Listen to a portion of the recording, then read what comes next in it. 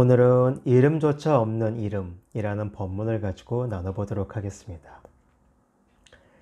시장을 다니다 보면 어린애를 업거나 노인들이 조금 갖다 놓고 팔며 애가 타하는 모습을 본다. 그런 걸 골라서 산다. 보시를 하려고 한 게 아니다. 이런 말씀이 있었습니다. 저도 어릴 적에 5살쯤 되었을 때인가 부모님을 따라서 어느 극장에 갔던 기억이 있습니다. 그때 표를 사려고 길게 줄을 서 있는데 저 먼치서 깡통을 들고 동냥을 하는 분이 줄 서 있는 사람들 사이를 다니며 구걸을 하고 있었습니다. 날씨가 추웠었던 것 같은데 줄을 선 사람들 중에 어느 누구도 그분에게 신경을 쓰는 사람이 없었죠. 어린 나이지만 왠지 그분이 마음에 걸려서 유심히 바라보다가 저희 쪽으로 가까워질 때쯤 대화 중이던 부모님께 제가 100원짜리 하나만 달라고 했습니다. 꼬맹이가 난데없이 100원을 달라고 하니까 왜 그러느냐고 놀라서 물어보시는데 저는 그냥 필요해서요 라고만 대답했고 부모님은 흔쾌히 100원짜리 하나를 주셨습니다. 저는 그 동전을 받자마자 그 아저씨에게 가서는 들고 계시던 깡통 속에 넣어드렸어요. 예상치 못한 일이고 너무 갑작스러워서 그 아저씨도 놀라고 주변의 사람들도 놀라고 저희 부모님도 놀라셨죠.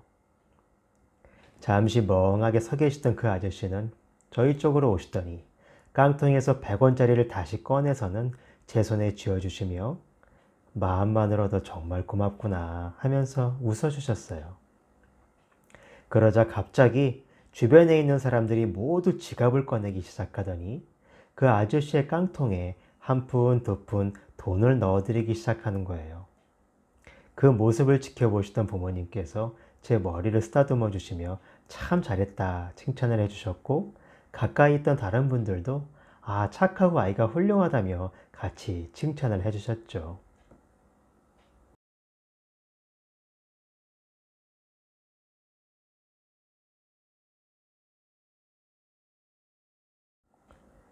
제가 일부러 그분을 도와야겠다고 마음을 먹었던 것은 아니었습니다. 그냥 불쌍한 마음이 들었고 무언가 해드릴 것이 없을까 생각하다가 어린 저는 가진 돈이 없었으니 그 나이에서 가장 큰 금액이라고 생각된 100원을 부모님께 달라고 해서 그분께 드렸던 거죠. 결과적으로 그분의 반응으로 인해 제가 기분이 좋고 행복해졌을까요? 아닙니다. 그냥 드리고 돌아서서 걸어올 때 그냥 그것으로 만족스럽고 행복하고 그냥 그걸로 충분했습니다.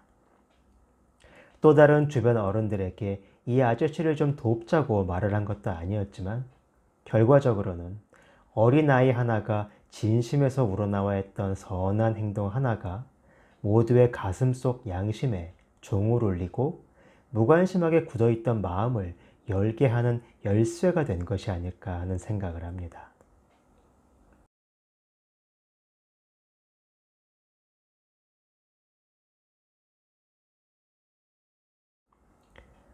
그럼 그렇게 불쌍한 마음이 들게 하고 무언가 행동을 하게 만든 건 누굴까요? 5살짜리 어린아이일까요? 나중에 다른 어른들도 모두 지갑을 열었지만 그분들이 왜 처음에는 지갑을 열지 않다가 어린아이의 행동을 보고 지갑을 열게 되었을까요? 그건 그들도 마음속 깊은 곳에서는 저 사람을 도와야겠다는 생각이 있었지만 애써 외면하고 있었기 때문이 아닐까요? 그 차이는 그런 마음은 똑같이 일어났지만 그 마음의 외침에 좀 더 솔직할 수 있는 어린아이는 즉각 행동으로 반응을 한 것이고 세상 때가 묻었다고 표현할 수 있는 어른들은 그 마음의 외침이 잘 들리지 않았거나 약하게나마 들렸었더라도 이런저런 이유로 모른 채 하고 내리 눌렀던 것이라고 볼 수 있을 것입니다. 이것은 무엇을 말하는 걸까요? 결국 겉으로 보이는 모습은 모두 다르지만 그 속에 들어있는 마음, 본성이라고도 할 수 있는 부처, 바로 그 존재는 모두에게 있으며 모두가 똑같다는 반증이라고 할 수 있지 않을까요? 나는 이미 죽었다. 아니, 사실 나라는 것은 실제로 존재하는 것이 아닌 생각의 산물이라는 것을 깨달은 사람에게는 그 나가 없으니 상대인 남도 없는 것이고, 그렇게 나와 남을 구분할 방법이 없으니 이것과 저것을 나누는 가장 기본 요소인 이름을 붙일 수도 없는 것이지요.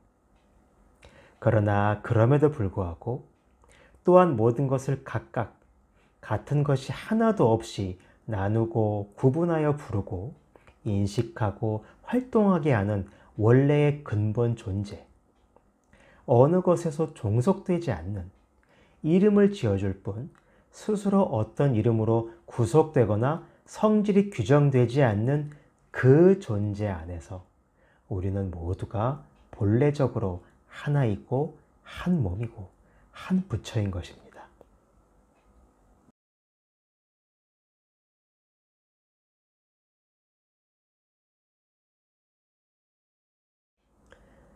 기독교 성경을 보면 예수께서 안식일날 병자를 고쳐주는 기적을 행함으로써 비난을 받는 장면이 나옵니다. 유대인들은 안식일날 율법에서 규정하고 있는 불가피한 행위들을 제외한 어떠한 행동이나 노동도 해서는 안 됩니다. 예를 들면 집 밖으로 몇 걸음 이상 나가면 노동이 되므로 안식일을 어기게 되는 것과 같은 식입니다. 물론 병자를 고치는 일 같은 건 절대로 해서는 안 되는 일이었죠. 그런데 예수께서는 안식일날 한쪽 손이 쪼그라들어 있는 사람의 손을 고치십니다. 그것도 일부러 안식일의 율법을 어기도록 유도해서 고소하고 죽이려는 사람들 앞에서 말이죠. 그러면서 말씀하시기를, 너희 가운데 누구든지 안식일에 양 한 마리가 구덩이에 빠졌다면 붙잡아서 들어올리지 않겠느냐? 사람이 양보다 더 귀하지 아니하냐? 그러므로 안식일에 선을 행하는 일은 타당하니라 라고 하셨어요. 그런 다음 손이 쪼그라들어 있는 사람에게 네 손을 펴라 라고 말씀하시니까 그 손이 고쳐졌더라 라고 기록되어 있습니다. 예수께서는 법을 어기셨고 그로 인해 자기 목숨까지도 위태로워질 수 있는 상황에 처하셨습니다. 굳이 그 사람을 고치지 않아도 되었고요. 그런데도 그를 고쳤는데 그 이유가 그것이 선이기 때문이라고 합니다.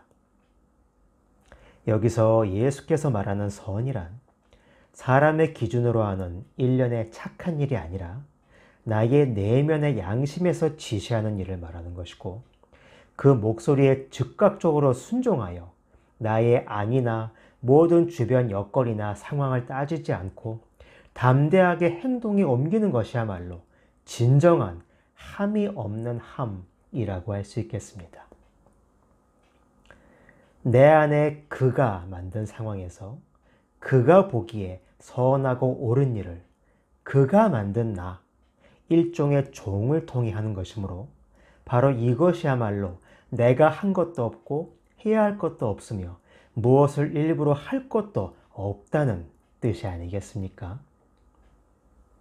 언제나 깨어 있어서 내 안의 주인공과 둘이 아닌 하나가 되어 마치 한 몸처럼 주인공의 목소리에 귀 기울이고 주인공이 시키는 일을 하며 역시 같은 주인공의 또 다른 나툼인 다른 사람과 한 마음으로 내 자신과 같이 사랑하며 지낼 수 있다면 그것이야말로 진정으로 물같이 바람같이 구름같이 산같이 사는 삶, 하늘이 시키는 대로 자신을 내어 맡기며 순응하는 아름답고 고귀한 삶이 아닐까 생각해 보게 됩니다.